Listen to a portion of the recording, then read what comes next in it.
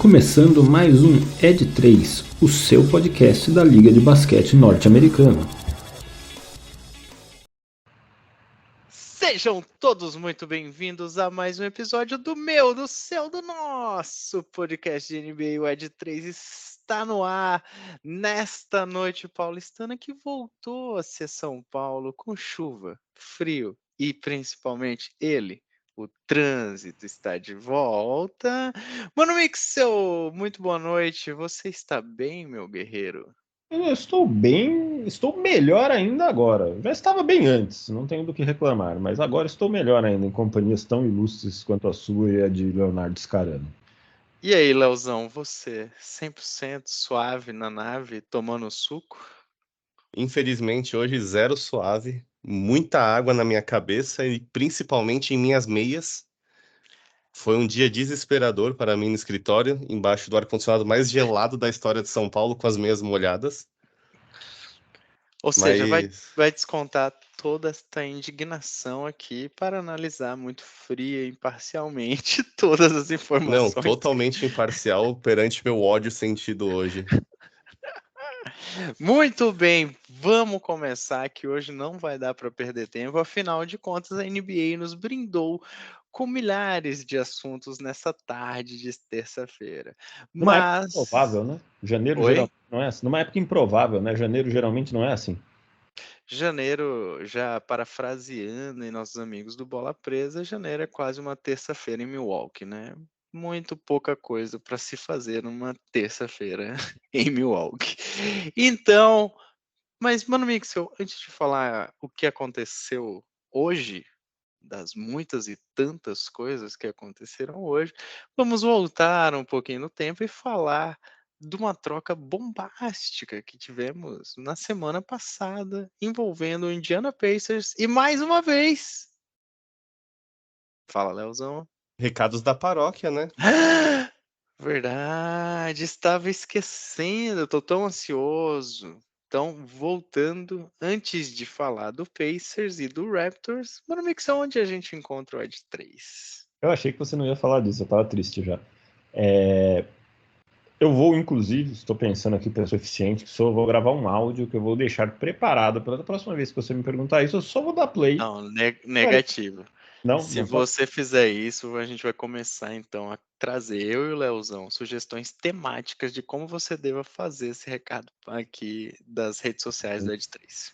Entendi. Aí vocês me complicam. Pode ser fantasiado, pode ser em linguagens diferentes. Se inclusive se o Duolingo quiser patrocinar a gente, cada semana o Mano Mix vai fazer a abertura em uma língua.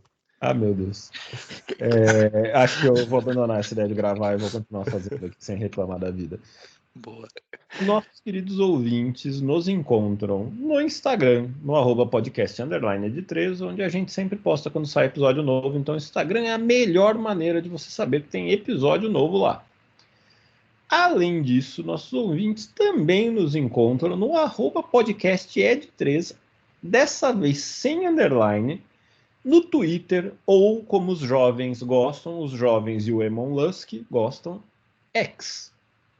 Então vocês podem seguir a gente lá também, que a gente de tempos em tempos posta lá, mantendo lá nossos contatos com vocês. Sigam a gente, lembrando que é sem letra maiúscula, o ED 3 é sem acento e sem EH, o 3 é escrito TRES, não o numeral, deixando aí para os tiozões como eu saberem navegar aí nas redes sociais. Enquanto procura a gente lá, qualquer coisa, manda um oi. Muito bem. O Mixel emocionou tanto que ele até reinventou o nome do Elon Musk e meteu um Elon Musk, Elon né? Musk. Então, É como ele é chamado para os íntimos. Leozão, mas aquela galera que não é afim nem do Mark Zuckerberg, nem do Elon Musk, encontra o Ed 3 aonde? Não, você está falando errado, é Elon Musk.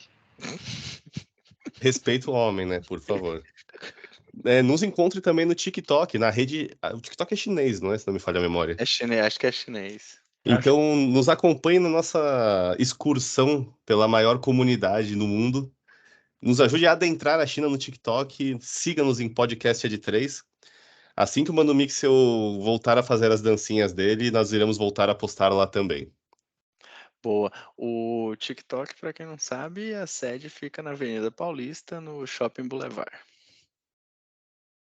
Chinês, né, Léo? É? No Xing Ling, né? Entendi. Pra quem não tem.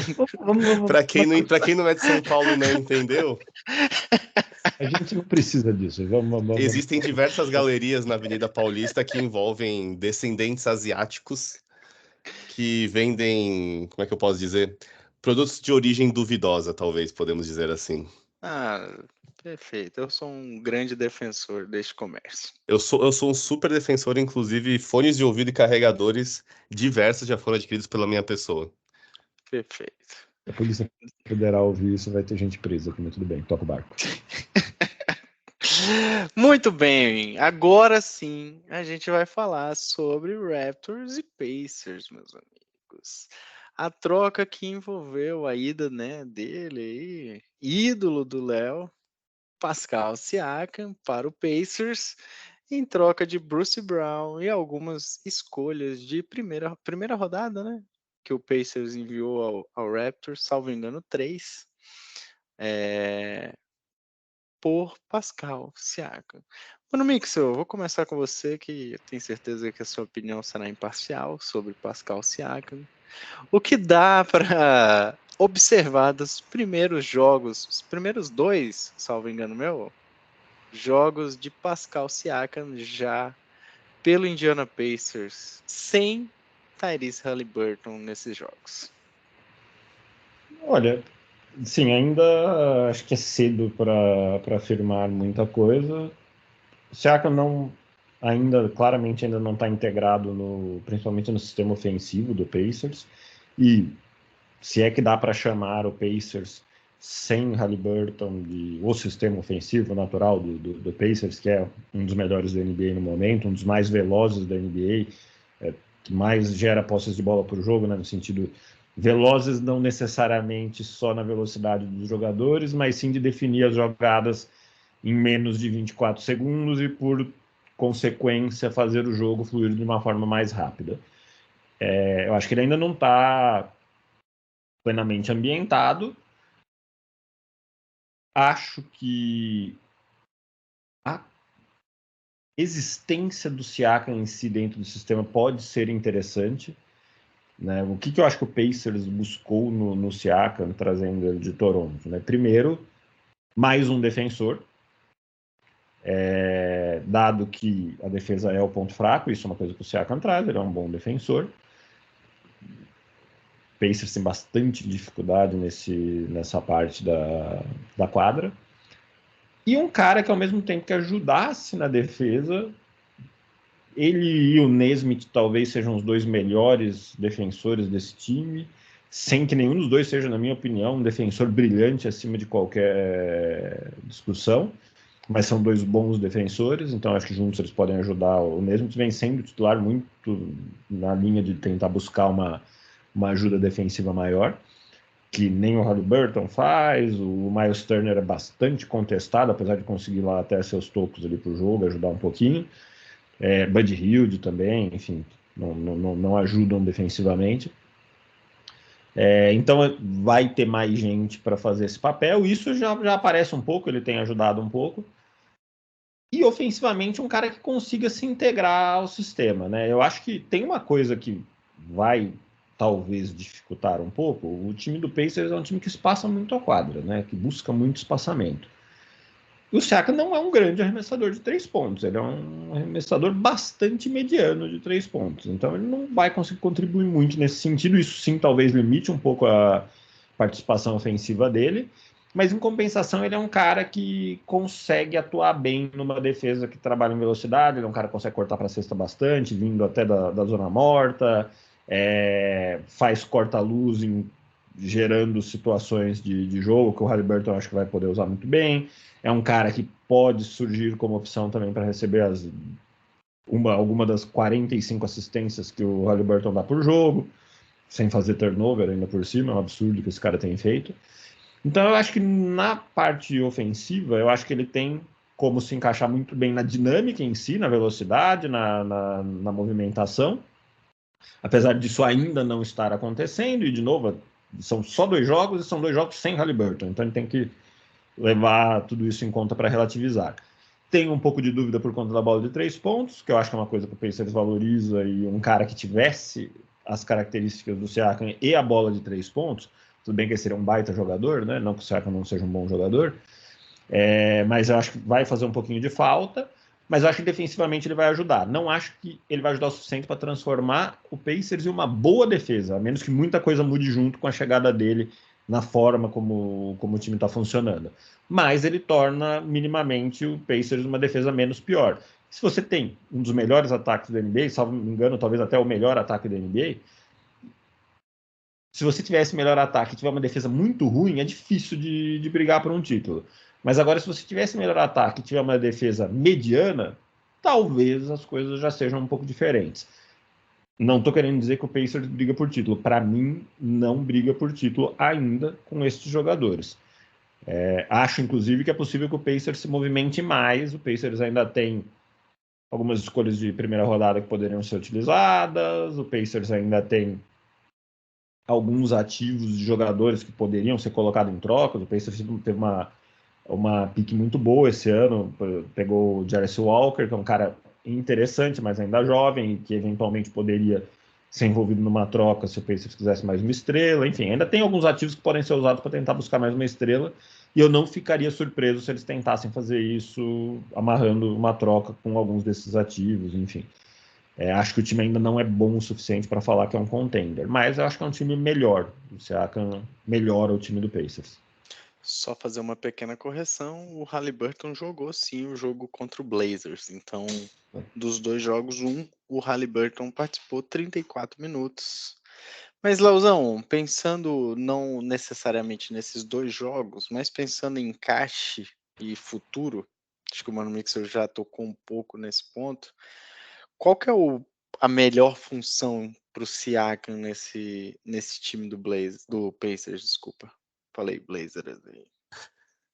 No time do Blazers, nenhuma, porque aquele time não funciona. Mas Não, ainda no, mais no Blazers, ele Jeremy Grant e Siakam não seria uma. não seria uma boa dupla. É. Mas no Pacers eu acho que ele vem para cumprir aquela função que talvez tenha ficado escancarada ali desde da copinha, que é o problema de garrafão, principalmente defensivo, que esse time tem.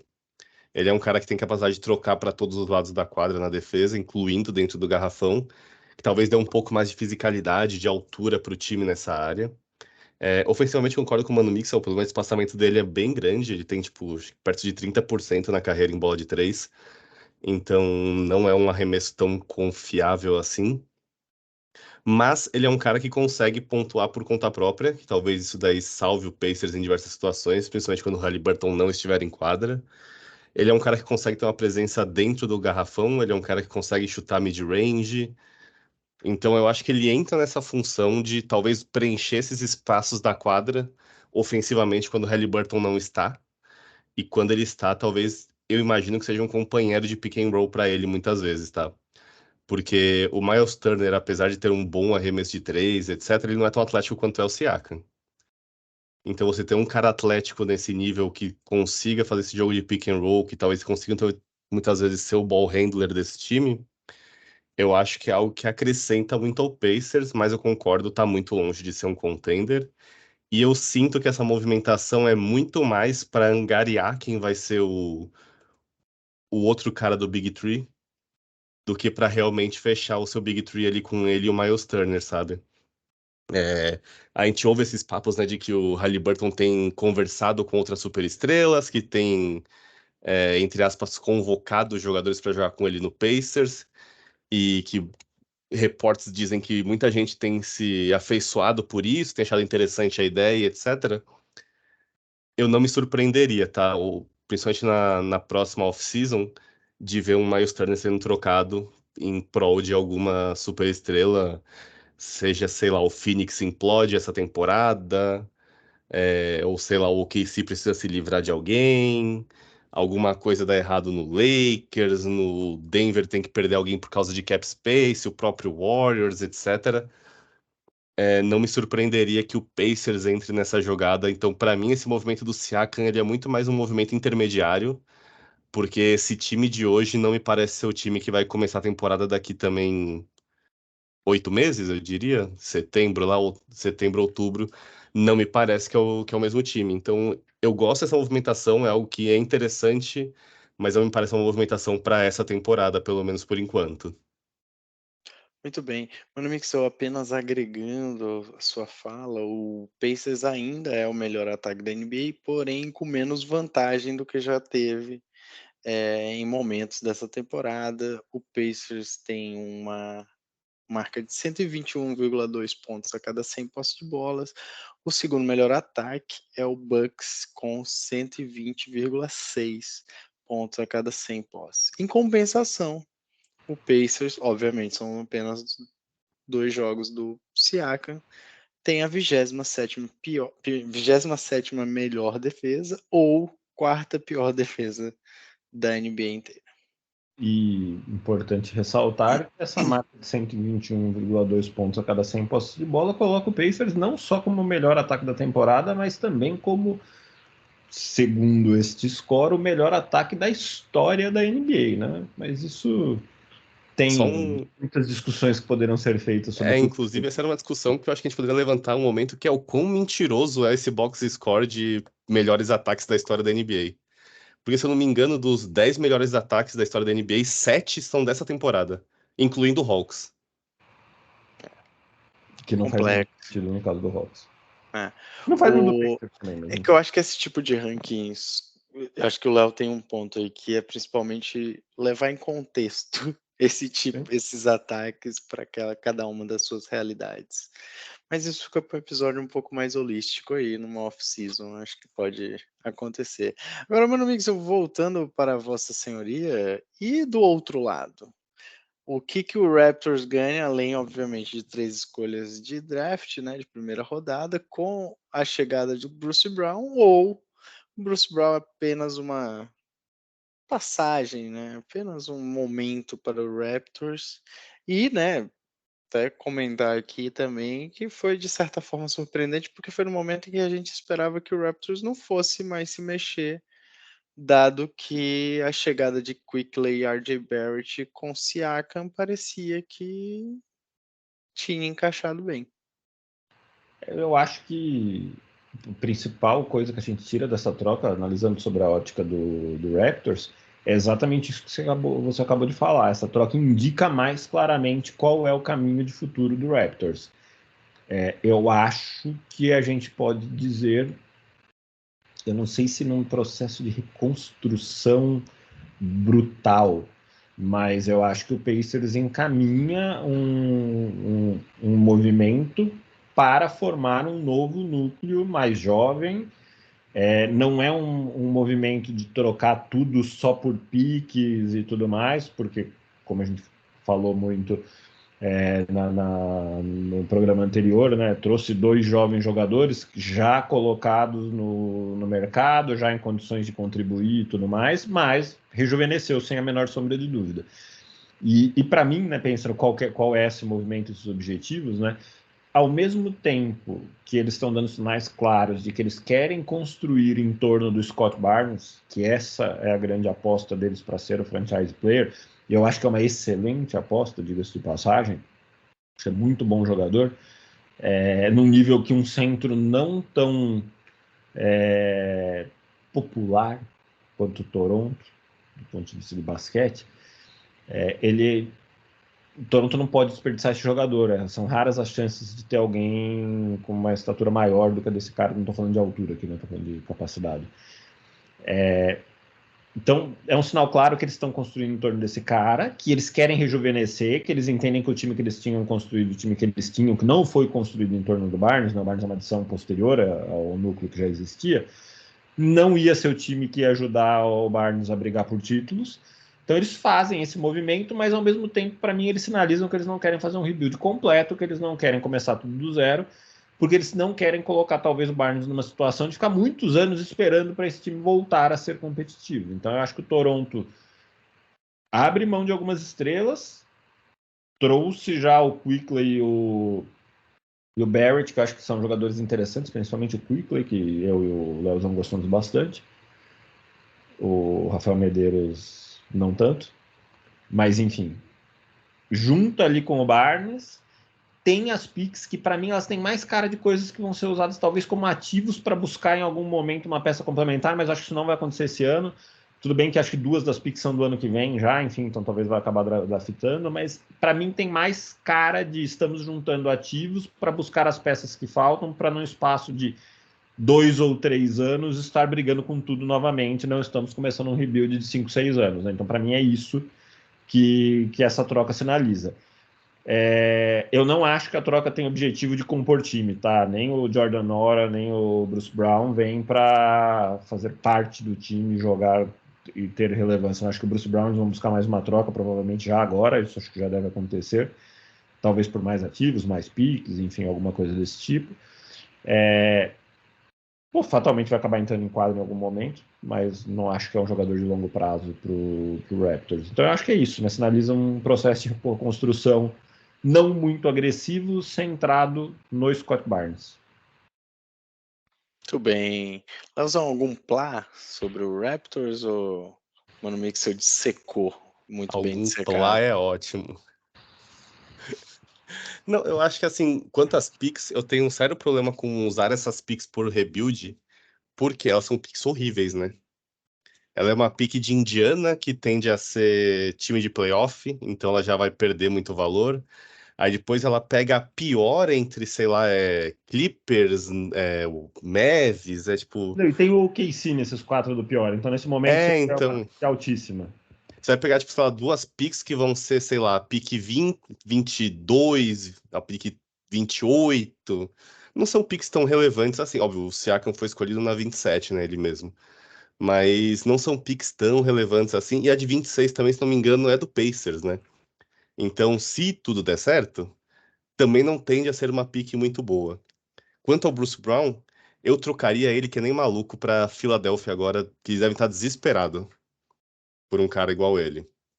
Que seja capaz de contribuir defensivamente, que seja capaz de matar bolas ali de 3, que consiga jogar dentro do garrafão também de vez em quando. Então, o Bruce Brown deve ter muita gente desesperado pela farsa que ele é. Então, eu trocaria ele enquanto ele ainda é uma farsa que ninguém percebeu ainda. Eu ia falar Bruce Brown substituto do Embiid, né? Pode ser uma opção. Pode ser. Muito bem, eu vou me abster, acho que vocês já falaram bastante. Não estou aqui para dar tantas opiniões nessa terça-feira à noite. Não tenho nenhuma opinião sobre a fato do Pelicans ter participado dessa trade.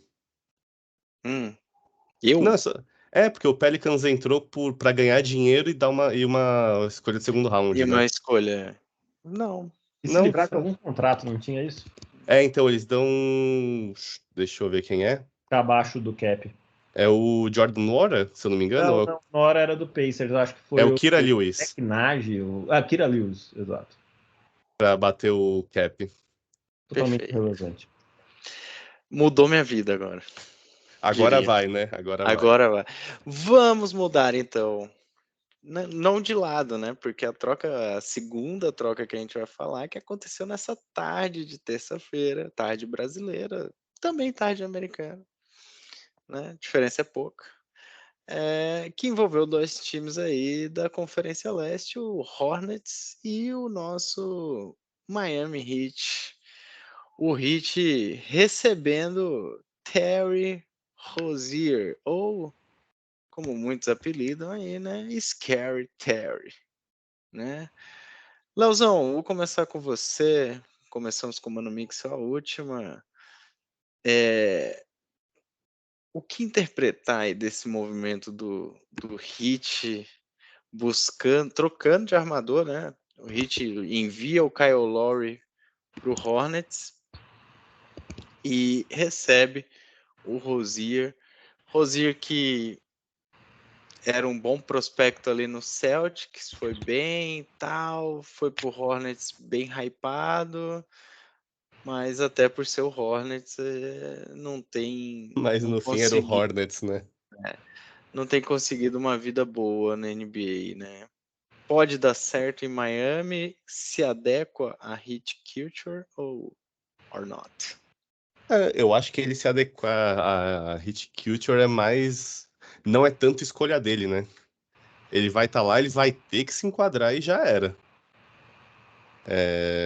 Assim, sendo bem sincero, eu acho que esse movimento era meio que dado que o Heat ia fazer e se livrar do Lowry e trazer algum armador ali para compor o. Ou não sei nem se ele vai jogar como titular, mas talvez compor grandes minutos ali de armador dentro do time, principalmente na questão de playoffs, porque é um problema que o Heat já teve muitas vezes de talvez engasgar demais com o depender do Jimmy Butler, muitas vezes achar ponto sozinho. Então, ter um armador que tem essa capacidade de pontuar que o Rozier tem faz muita diferença. Eu tenho minhas dúvidas do quanto ele pode. Não sei se atrapalhar defensivamente, talvez seja a palavra, mas o Rozier nunca foi um cara muito inteligente defensivamente. De entender rotações, movimentações, quando cobrir quem, quando dobrar e etc. Que é algo que o Heat faz muito, principalmente em playoffs, é uma defesa muito agressiva, muito que se movimenta muito, gosta de trocar bastante marcação. Inclusive foi um dos pontos que o Duncan Robinson teve que melhorar bastante, né, no Heat, o Tyler Herro também. Então, eu acho que talvez esse seja o principal ponto que essa troca afete o Heat, que é entender como é que o Rozier vai se encaixar nessa parte defensiva. Isso dito, eu acho que tende a ser só um acréscimo, porque o Lowry não vinha jogando bem, praticamente não vinha jogando, né, no geral. Então, eu acho que ter um armador que consiga pontuar ali, que seja. Ele tem médias de 20 e poucos, eu sei, mas se ele conseguir fazer uma média de 14, 15 pontos por jogo, eu acho que já é o que o Heat procura ali. Ele é um cara que consegue arremessar bem de três, cria o próprio arremesso, cria arremesso para os outros também. Ele tem uma média baixa para armador, mas até ok de assistências ali. Tem umas 5, 6 assistências de média da temporada, se eu não me engano. Então é um cara que ele pode contribuir muito para esse ataque do Heat, que muitas vezes é engessado, principalmente em pós-temporada. Eu acho que é um movimento mais pensando em não em compor um time como um grande papel de um time, mas talvez em resolver problemas em momentos apertados de playoffs. Eu acho que é um movimento muito mais nesse sentido, que também foi um movimento que trouxe o Lowry originalmente para o Heat, né? Que era ser esse cara que talvez fosse controlar o time e resolver momentos apertados de playoffs. Eu acho que é uma segunda tentativa disso agora com o Rozier. Boa. Mano Mixel, bateu saudade do Gabe Vincent e aí o Miami foi atrás do Rozier? Olha, acho que até o Gabe Vincent foi um jogador importante para o Heat do ano passado. Acho o Rozier melhor jogador com uma boa margem aqui de distância, tá? Eu concordo muito com o que o Leozão trouxe. É muito para mim uma adição e não um movimento que transforma o nível desse time. Eu acho que o Heat até gostaria muito de contar com uma estrela, tentou muito o Damian Lillard, né? A gente viu isso no começo da temporada, mas ele não conseguiu uma estrela, né? Não é fácil de fato conseguir uma estrela, tem que estar disposto a abrir mão de muita coisa, tem que ter as peças que quem está abrindo mão da estrela quer, enfim. Dado isso, para mim tem muita cara de, no cenário, por um preço que a gente considera bom, o que a gente conseguiu trazer, que a gente entende que vai ajudar, é o Rozier. Eu concordo com o Léo, eu não tenho certeza que ele será titular. Acho que até pode ser que seja uma tentativa ele e o Hero juntos, mas eu acho que é muito possível que um dos dois venha do banco, e aí eu acho que seria mais provável que seja o Rozier. Apesar de também não ficaria surpreso se fosse o Hero em algum momento. Vai depender muito de como as coisas vão acontecer. E eu acho que ele vem muito para ajudar exatamente a dividir ali a responsabilidade de criar do time, né? Em que sentido, né? O Hit ele é um ataque que, para funcionar, ele precisa que todos os participantes, principalmente lá o que a gente chamava no ano passado, lá nos playoffs, os coadjuvantes ali que jogavam ali em volta do Adebayo e do Butler, estejam bem arremessando de 3 pontos, porque é um time que aposta muito ou no Jimmy Butler, individualmente, ou em rodar a bola rapidamente até conseguir alguma vantagem que permita um bom arremesso para alguém. Tirando isso, o ataque de meia quadra do Heat é muito travado, muito complicado. Principalmente, foi muito isso nos playoffs do ano passado, principalmente também por estar sem o Tyler Hero, que é o cara que, apesar de prejudicar um pouco a defesa do Heat, tem um quê maior de imprevisibilidade na frente, né, na fase ofensiva do jogo. Eu acho que o Rozier ajuda nisso também, então passa a ter pelo menos 3 opções de gente que tem condição de pontuar sem depender tanto desse sistema e de criar alguma coisa diferente. O Jimmy Butler já não é um garoto, então quando começa a ter jogos muito pegados ali no playoff, se ele ficar como o único jogador com essa responsabilidade, ele vai sofrer, ele vai sentir fisicamente.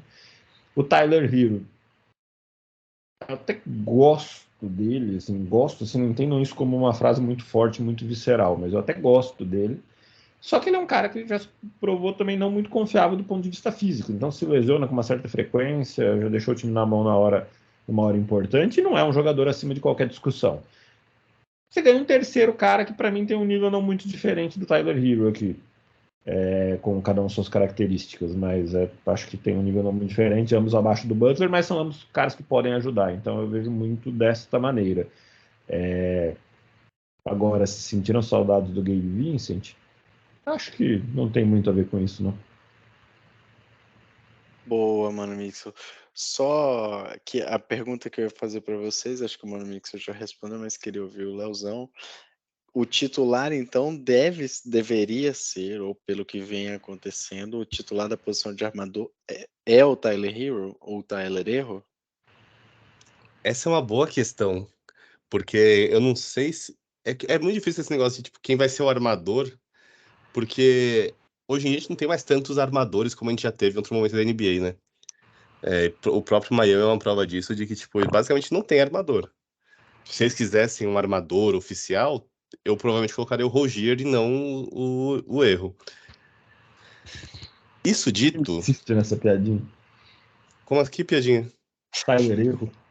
Mas o Tyler Erro, pô. Ele erra muito. É algo pessoal. Não, o Tyler é o nome dele, não é erro meu, é o nome dele. Você escolhe como você usa. Mas assim, isso dito, eu sou muito a favor de, tipo, você colocar os seus melhores jogadores em quadra e tentar arrumar eles de acordo com o que eles têm de potência ali. Nesse caso, eu colocaria ele em quadra, eu não colocaria o Rozier. Eu acho que ele agrega muito mais ofensivamente que o Rozier, principalmente em arremessos de 3. Talvez seja um pouco ali um paralelo com o Austin Reeves no Lakers, que não estava encaixando muito bem, e de repente falaram para ele vir do banco, porque ele, do banco ajudava muito, mas o fato dele não estar em quadra com os titulares também prejudicava muito o time titular. Eu acho que vai muito nessa linha também. Mas assim, sendo bem sincero, o que o Spoelstra fizer para mim tá certo, porque ele com certeza sabe muito mais de basquete do que eu, já provou isso milhões de vezes, então eu vou mais confiar nele do que dar uma opinião efetiva aqui. Perdão, audiência, não vai ser dessa vez que eu vou achar que eu sei mais que o Spoelstra. Ele não Muito. só já provou muitas vezes que entende mais que a gente, como provará muitas outras ainda. E eu concordo, Sim. talvez o grande ponto para eu dizer que eles devem saber o que eles estão fazendo, eles devem ter um plano, é exatamente o Spoelstra lá, entendeu? Então o Spoelstra é isso aqui que a gente tava falando, mas será que encaixa? O Spoelstra sabe se encaixa. Uhum. Eu acho mais do que encaixa, cara. Aqui eu vou dar meu plá. O, eu acho que vai muito do que o Lowry não estava fazendo. Tipo Pode ser. assim, cara, a temporada do Kyle Lowry é muito, muito, muito, muito abaixo, assim. Já não vinha sendo, até pelos aspectos físicos, Uhum. mas essa temporada ele tá muito abaixo, tanto que o Tyler Hero é o titular. Então, assim, eu acho que foi muito mais um movimento até do Heat do tipo, putz, cara, vamos ver aqui o que ainda vale no Lowry. O que o Lowry ainda vale, mesmo que a gente adicione alguma coisinha nessa troca, e consegue um jogador que minimamente, acho que o ponto do Léo é bom, consegue incendiar jogos, talvez, que muitas vezes o Heat Não é nem que não conseguem, mas o Heat joga muito no mesmo ritmo, né? O jogo inteiro, assim. Você não tem. É um time que oscila muito pouco ao longo dos jogos, principalmente quando a gente vai para pós-temporada, né? Principalmente quando você vai para os playoffs.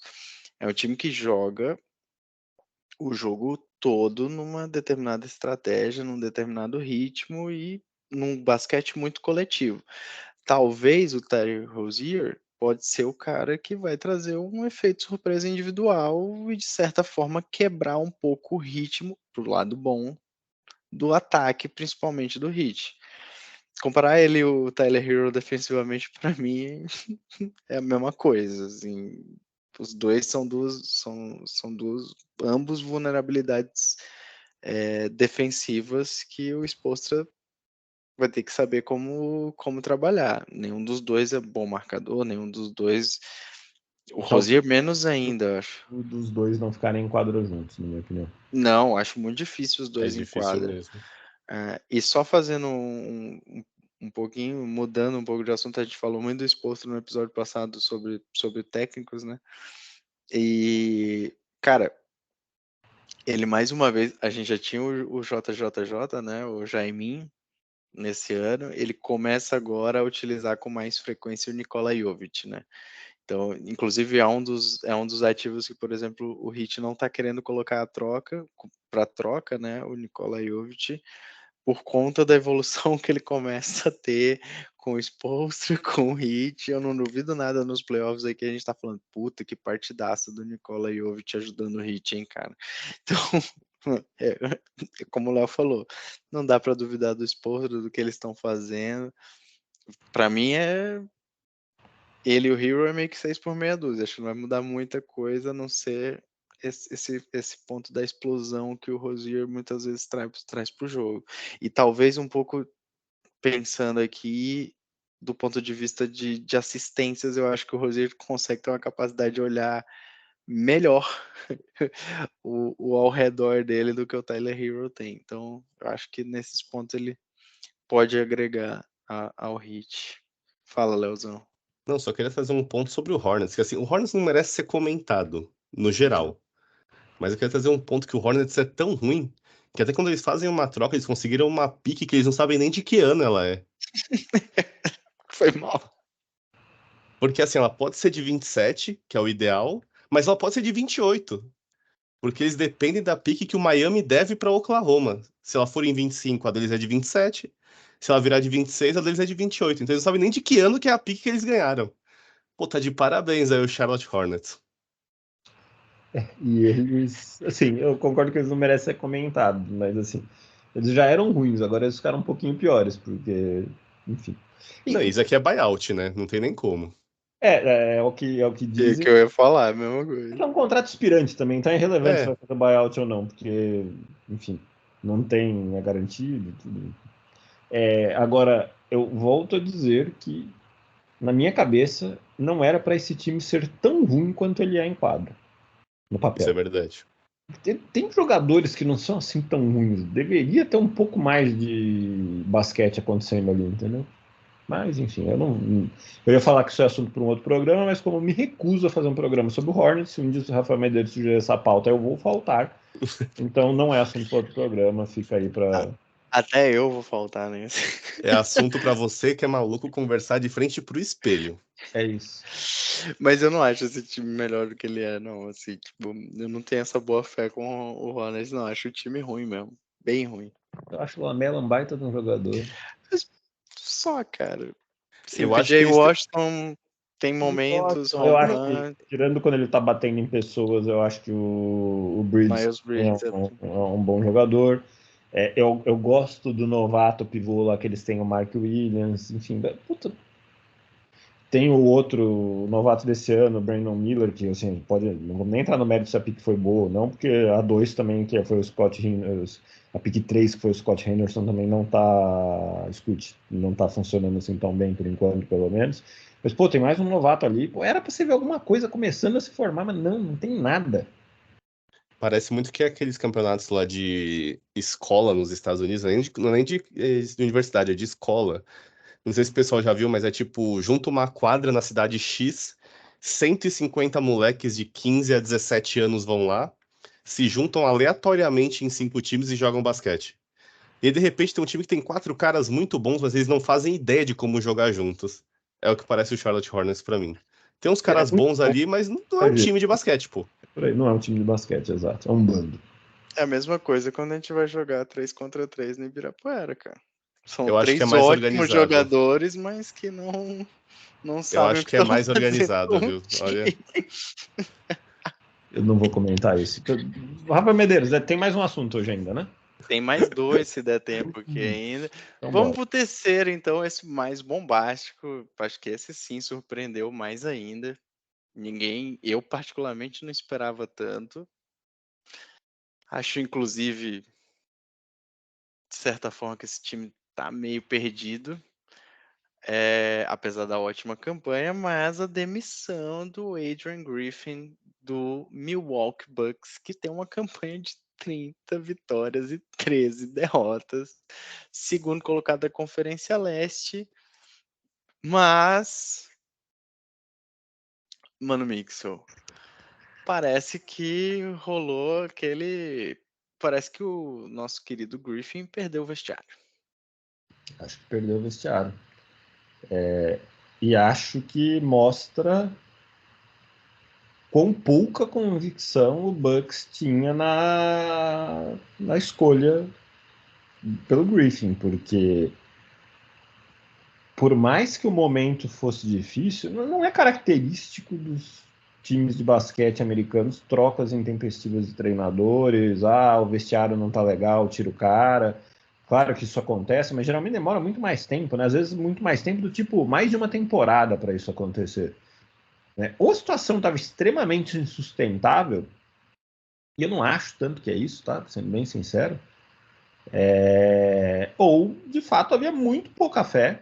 Eu já ouvi até falar que a escolha do Griffin foi uma escolha porque os jogadores achavam interessante, foi uma sugestão dos jogadores, e dado que era uma sugestão dos jogadores e nunca teve respaldo do front office, a partir do momento que os próprios jogadores não quiseram mais, não fazia sentido manter, né? Mas olhando de fora, sem saber exatamente o que estava acontecendo lá dentro, apesar do time ter claros problemas, principalmente defensivos, eu acho que dá para entender um pouquinho esses claros problemas, porque a gente tirou uma pedra fundamental defensiva, que era o Drew Holiday, e substituiu por um cara que é reconhecidamente um defensor limitado, que é o Damian Lillard. A gente está falando de um time que teve problemas de lesão. Chris Middleton, que é um jogador importante, que já há bastante tempo não tem conseguido jogar com uma frequência boa e com minutagem alta. Agora parece estar um pouco mais próximo de uma boa forma. Mas enfim, é um time que tem problemas e ainda assim estava com um aproveitamento de quase 70%. De novo, a gente tem que reconhecer que o time não estava praticando um basquete primoroso. Então eu até entendo de onde veio a decisão. Só acho muito rápido. Se ele era bom há 4 meses atrás, eu não acho que nesse meio tempo aconteceu coisa suficiente para a gente dizer que ele não era mais bom. De novo, lembrando que o time estava com quase 70%, que o time teve os problemas barra mudanças que eu citei. Enfim, não me parece tomada de decisão de quem tem um plano e sabe onde está indo. E aí, quando a gente começa a ouvir como principal nome cotado o Doc Rivers, cara, o que o Doc traz aqui, né? Sei, o Doc é o cara do Ubuntu, né? Com o Celtics lá, que ele tinha lá. Que para mim o título dele com o Celtics é uma grande. É um grande casamento de coisas muito felizes, de um time que se fechou em torno de uma ideia, se fechou em torno do próprio Doc. É claro que ele tem mérito nisso, o pai dele faleceu durante a temporada, enfim, um monte de coisa aconteceu ali que tornou o momento daquele time muito especial. E depois disso, o Doc teve trabalhos que eu diria que foram burocráticos, a maior parte deles. Não é que eles foram ruins, não é que ele não entende nada de basquete, mas ao mesmo tempo também eles não foram brilhantes.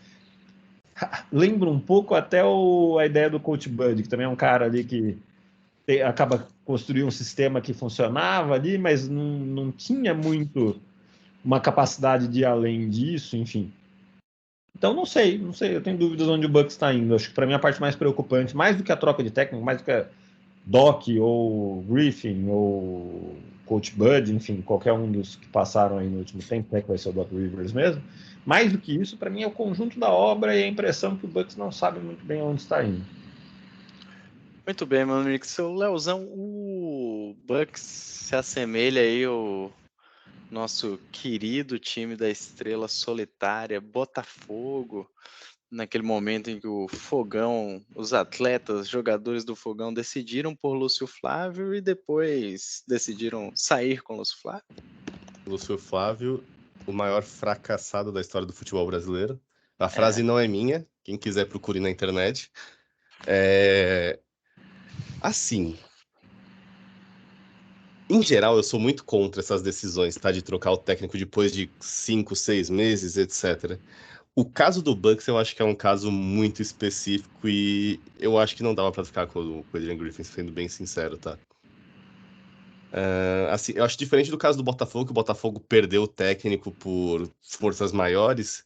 O Bucks escolheu fazer essa troca, sabe? E não só a troca de técnico. Escolheu fazer a troca de técnico, escolheu fazer a troca do Lillard, escolheu manter todo esse time de 30 e todos anos, e agora ele tá preso. Tipo, eu tô olhando aqui, o Giannis tem contrato até 26, 27 garantido, inclusive 73 milhões em 26, 27. Eu queria ser amigo do Giannis, tá? E depois vira uma player option. O Lillard tem contrato garantido até 25, 26. O Middleton tem até ano que vem, Brook Lopes também, Bobby Portis também, Pat Connaughton também. Desses todos, Giannis e Bobby Portis têm menos de 30, todo mundo tem mais ali do resto, tá? Para baixo, ninguém é muito relevante para a questão do time.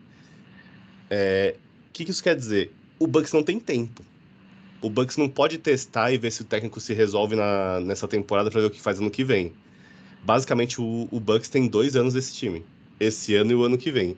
Dali para frente, o Brook Lopes vai ter 37, o Chris Middleton vai ter 34, 35. O Lillard já vai ter 36, se bobear. É um time que já acabou. Então, quando começar a temporada 25, 26, esse Bucks não existe mais que a gente tá vendo hoje. Então, se contratou um técnico, beleza, como o Manu falou, porque os jogadores falaram que talvez fosse interessante, etc. Não deu certo, tipo, esse time do Bucks não pode estar sofrendo para ganhar jogos, sei lá, do Atlanta, ou do Magic, ou de qualquer outro time. Do Spurs. Não pode. Não pode. O caso do Celtics, por exemplo, que jogos grandes eles afinam e não sei o quê. Pô, o Bucks tá sofrendo contra time que não tem menor chance de playoff, sabe? Então, eu acho que é muito complicado pro Bucks se encarar nessa situação, vendo que agora tá chegando perto da deadline, que tem esse ano e o próximo basicamente para tentar ser campeão de novo, e depois não sabe o que vai ter de time, se vai ter um time. Então, assim, apesar de ser muito contra esse tipo de movimentação, eu acho que é o certo. Odeio a escolha do Doc Rivers, tá? O Vanderlei Luxemburgo da NBA. Tem mais história do que trabalho bom nos últimos anos. Antes de você entrar aqui. Exemplo, sem a gente... Só que ele não tem frases de efeito aí tão polêmicas contra o Luxemburgo. Ele tem, a gente só não acompanha ele nas transmissões. Mas ele é cheio de frasezinha. Não, na transmissão, beleza. Mas e ali numa coletiva de imprensa? Isso é verdade. Nunca discutiu com um jogador em programa, né? Não, exato. Ele nunca tirou mulher do seu 4 na concentração. Mas, cara, isso dito, eu acho que o Milwaukee, ele se colocou numa posição no começo da temporada que é desespero total. Talvez o Milwaukee seja, se não for o mais desesperado, é o segundo time mais desesperado da NBA. Tá entre ele e o Celtics. Eu diria que o Warriors tá mais ainda. É que o Warriors viu que já acabou, mas ele já foi campeão 4 vezes, sabe? O Bucks ganhou uma e tá tentando se matar pra ganhar outra com o Giannis, porque eles não... Tipo assim, eles tiveram uma vez isso daí com o Karim e estão tendo agora de novo com o Giannis. Eles não sabem se eles vão ter outra, talvez, alguma chance na história, porque eles não são um mercado que tem jogadores bons. Eu acho que aqui tem muito que eu falei do Barnes, apesar de eu não achar que o Toronto tá fazendo nada desesperado por enquanto, mas muito assim, putz, não vamos fazer um rebuild completo, porque ele tá com esse cara aqui, vamos aproveitar esse cara. tudo que o Bucks está fazendo é desesperado, porque, nossa, a gente tem o Giannis Antetokounmpo, a gente tem um cara nível MVP aqui, a gente tem que aproveitar, porque vai levar 50 anos para vir outro igual. É isso. Cara, não precisava, né? Assim, minha visão, dando um pitaco, mas não precisava, assim, tipo, o time era acertado com o Drew Holiday, tipo, abrir Ele mão era de um. acertado, mas tem que pensar que, tipo assim, eu vou dar a visão se você fosse o GM do Bucks, tá? A gente perdeu a temporada passada, primeira rodada, os caras machucaram. Beleza. O time não tava jogando tão bem assim naquele final de temporada, ainda assim ficou em primeiro. E a gente apanhou na primeira rodada. A gente foi, assim, escurraçado pelo Heat na primeira rodada. Beleza, com as lesões, mas ainda assim, você olha pro seu time, você não tem nada ofensivamente que não seja o Giannis. O Chris Middleton tava muito mal, Então, continua. mas aí não era o caso. Eu sei que pode ser que o valor fosse baixo. E talvez não desse para pegar o Lillard com isso, mas não seria o caso de trocar o Middleton e não necessariamente o Drew Holiday? Concordo. Pra mim, o Middleton é um cara que não deveria estar mais nesse time. Da mesma forma que o Brook Lopes também não deveria estar mais nesse time. Eu acho que esse núcleo do Bucks que foi campeão, ele chegou num ponto que ele ficou muito pra trás em questão do Giannis. O Giannis ainda tem 29 anos. Ele tem um potencial físico ainda muito grande, ele talvez seja no pico físico dele.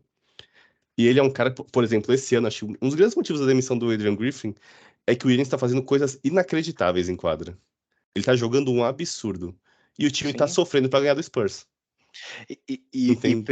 Principalmente, né, Lau, acho que uma das grandes queixas que existiu com o Budenholzer no final da passagem do Budenholzer para agora, do ponto de vista do Antetokounmpo, elas permanecem, que é Sim, principalmente quem eu vou defender, quem eu vou marcar, né? Então, tipo, o Yannis tem tido partidas, assim, realmente monstruosas ofensivamente, monstruosas mesmo.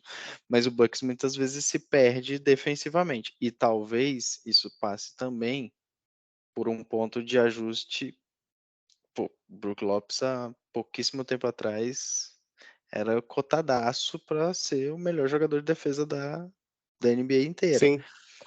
Mas pode ser que chegou um ponto que o físico do Brook Lopes não aguente mais, né? Não Eu seja acho mais que, isso assim, para isso. fisicamente, eles já não estão mais o mesmo. O Chris Middleton, depois daquela lesão dele, ele nunca mais voltou. Infelizmente, talvez seja mesmo um caso parecido com o do Klay Thompson, né? Nunca mais conseguiu ser aquele cara que a gente viu jogar. E aí, os dois, eles têm um grande. Pra mim, um sério problema para os dois é que aquele esquema de Milwaukee, que foi campeão, que era muito forte, ele dependia muito dos dois. O Brook Lopes, defensivamente, ele era uma âncora no garrafão, e ele matava muita bola de três, ele dava uma amplitude a mais no ataque. O Chris Middleton era um cara que ele conseguia matar mid-ranges, bola de três, que talvez dava um pouco de desafogo também pro Giannis na questão do garrafão.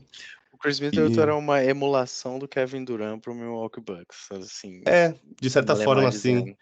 E, tipo, eles não têm mais isso. Então, assim, o Bucks, ele tentou fazer uma mudança meio de leve, trocar só o Drew Holiday pelo Damian Lillard, manter o resto e tentar se reorganizar em cima disso, quando, no fundo, o coração desse time não existe mais, daquele time, no caso, né? Não existe mais.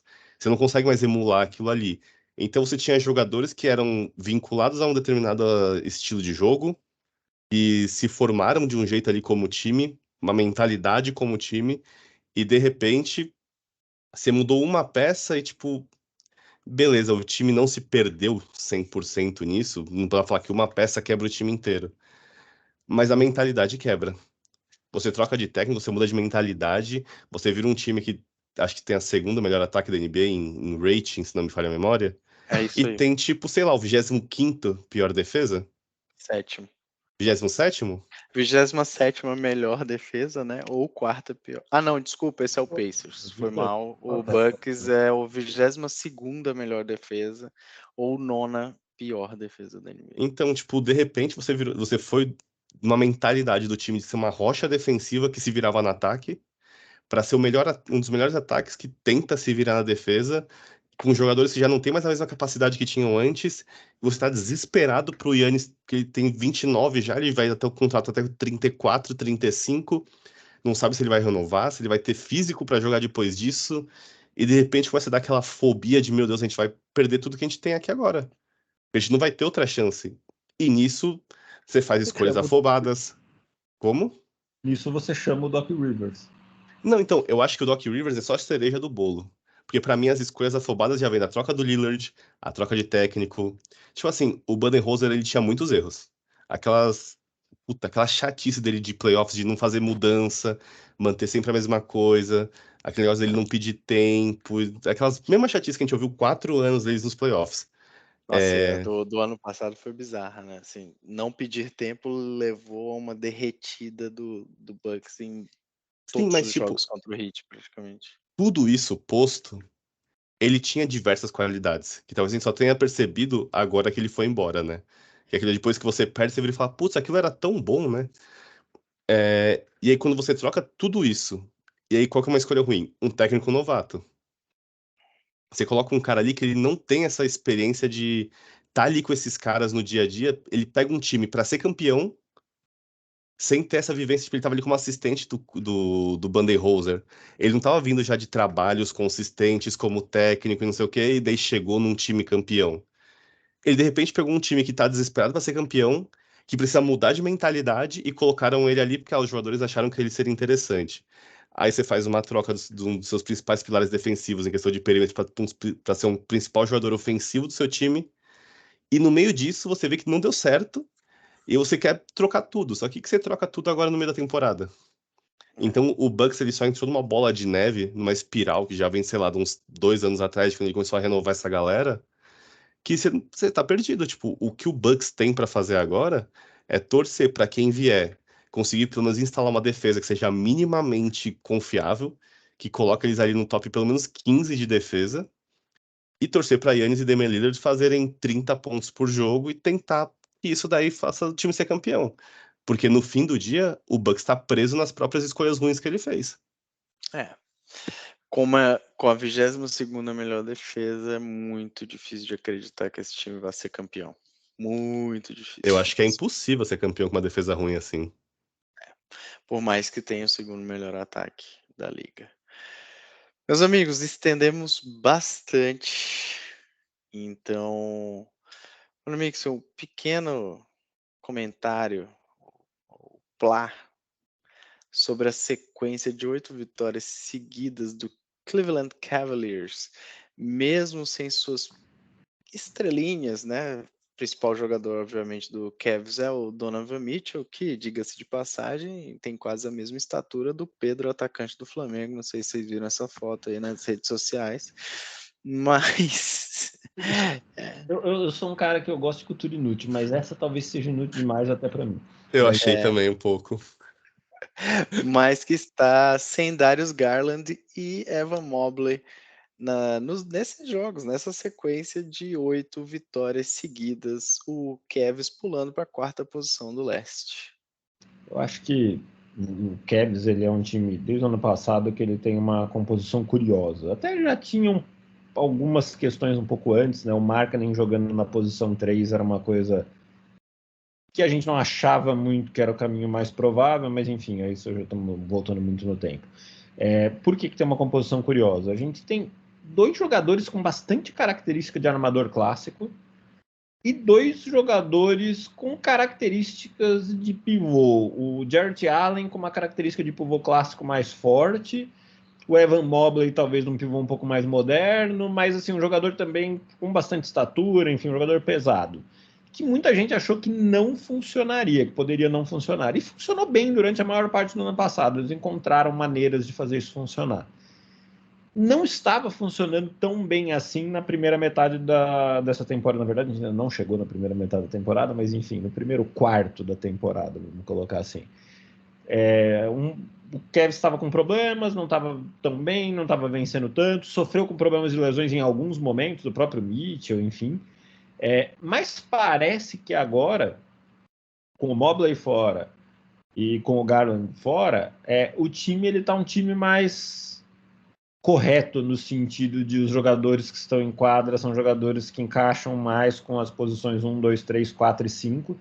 E, na minha opinião, isso possibilitou que os dois principais jogadores que ainda estão em quadra estejam rendendo mais do que vinham rendendo antes. Acho que o Mitchell está jogando muito bem, e eu acho que o Allen está num momento muito bom, está contribuindo muito, fazendo partidas defensivas muito boas, enfim. Então eu acho que é um pouco por isso, e um pouco por, a gente falou um pouquinho disso antes do programa começar, a sequência desses 8 jogos não foi exatamente difícil. O time mais difícil dessa sequência foi o Bucks, que a gente acabou de falar aqui, que é um time que tem várias questões e vários problemas, apesar de ser um time que vem com uma ótima campanha. Então, eu acho que acontecem coisas interessantes ali. Existe um desafio com a volta das estrelas que vai acontecer daqui a algumas semanas, porque elas vão voltar, elas vão ser titulares, não existe um cenário em que elas não sejam titulares. Buscar o encaixe, mas eu acho que alguma coisa de bom acontece que vai poder ser usada e o Cavs vai poder tentar replicar isso nas próximas semanas, jogos aí ao longo da temporada. Boa. Vou mudar totalmente aqui de pato para ganso, né? Mas, Leozão, lembrei de um segundo assunto que eu queria soplar também rápido aqui antes da gente acabar. 70 pontos de Joel Embiid, a melhor marca de um Sixers num jogo de temporada regular, acho que num jogo dos Sixers em todos os tempos. O homem se junta a um seleto grupo aí que tem várias vezes Will Chamberlain, né, Devin Booker, Kobe Bryant, Donovan Mitchell e Luka Doncic aí com 60 pontos ou mais. O que falar dessa atuação do Embiid? Espetacular, mais uma vez, acho que só reforçando o que a gente falou no episódio passado, né, confirmando o seu caminho pro BMVP. Eu acho que o Embiid ele tá num momento da carreira que é um pouco assustador, que ele consegue ser tão dominante que não parece que ele é dominante. Não sei se é muito entendível o que eu falei, mas ele tá sendo tão dominante no garrafão que parece que tá sendo fácil. Por parecer que tá sendo fácil, não parece que ele tá dominando tanto, sabe? É meio maluco isso. Parece que a culpa é dos adversários, aí você Mais ou menos isso. Entendi. É, Que talvez faça realmente os caras parecerem ruins, comparativamente. é meio maluco. Ele tava com, sei lá, 24 pontos no primeiro quarto ontem, né, contra o San Antonio. Eu acho que ele foi pro jogo ontem também, querendo mostrar que, beleza, o Wembanyama é bom, mas olha como eu jogo, sabe? Ele é magricelo e ele não me aguenta aqui, é mais ou menos isso. Eu acho que, assim, o Embiid, ele tá num estado mental que ele sabe o que ele precisa fazer para ser campeão. Ele talvez saiba que ele tá no momento para isso, de carreira, de time, etc. Ele talvez só esteja precisando que alguém acompanhe ele. E eu acho que esse é o mais triste para mim do Embiid, que assim, ele é um cara muito, muito, muito bom nos dois lados da quadra. Ele é um cara que ele se doa em quadra, que ele quer ganhar a qualquer custo a todo momento. E eu sinto que ele nunca teve um time que talvez estivesse engajado da mesma forma que ele sempre esteve. É por isso até que eu acho que os Sixers, atuações como essa, deveriam levar os Sixers a olhar um pouco para si e se movimentar nessa janela de transferência aí, nessa deadline, porque eu acho que é um time que tem total capacidade de ser campeão essa temporada. No jeito que a NBA tem sido instável, eu diria assim, entre os seus melhores times, eu acho que o Sixers com o Embiid jogando nessa forma é um dos principais candidatos e deveria se movimentar em prol de ser campeão essa temporada já. O Sixers deveria estar mais desesperado que o Bucks, concordo. Eu não acho. Porque o Sixers ainda tem mais chances do que o Bucks tem nas próximas temporadas. O Embiid é mais novo, o time é mais novo. Concordo também. Muito bem, meus amigos. Mano Mix, o seu destaque final deste episódio? O destaque final hoje vai ser não ter destaques finais. Posso? Pode. Não me ocorreu, eu não me preparei dessa vez para responder essa pergunta. Foi muito assunto, né, Mano Mix? Leozão, seu destaque final? Meu destaque final é um destaque negativo. Pra Tristan Thompson, né? Nossa. Pego aí no antidoping com... putz, eu não vou achar o nome aqui, mas basicamente com medicamentos para ganho de massa muscular. Suco, né, meu amigo? Ele tava baseado no suco ali, então talvez um triste fim, possivelmente, né, para a carreira de Tristan Thompson.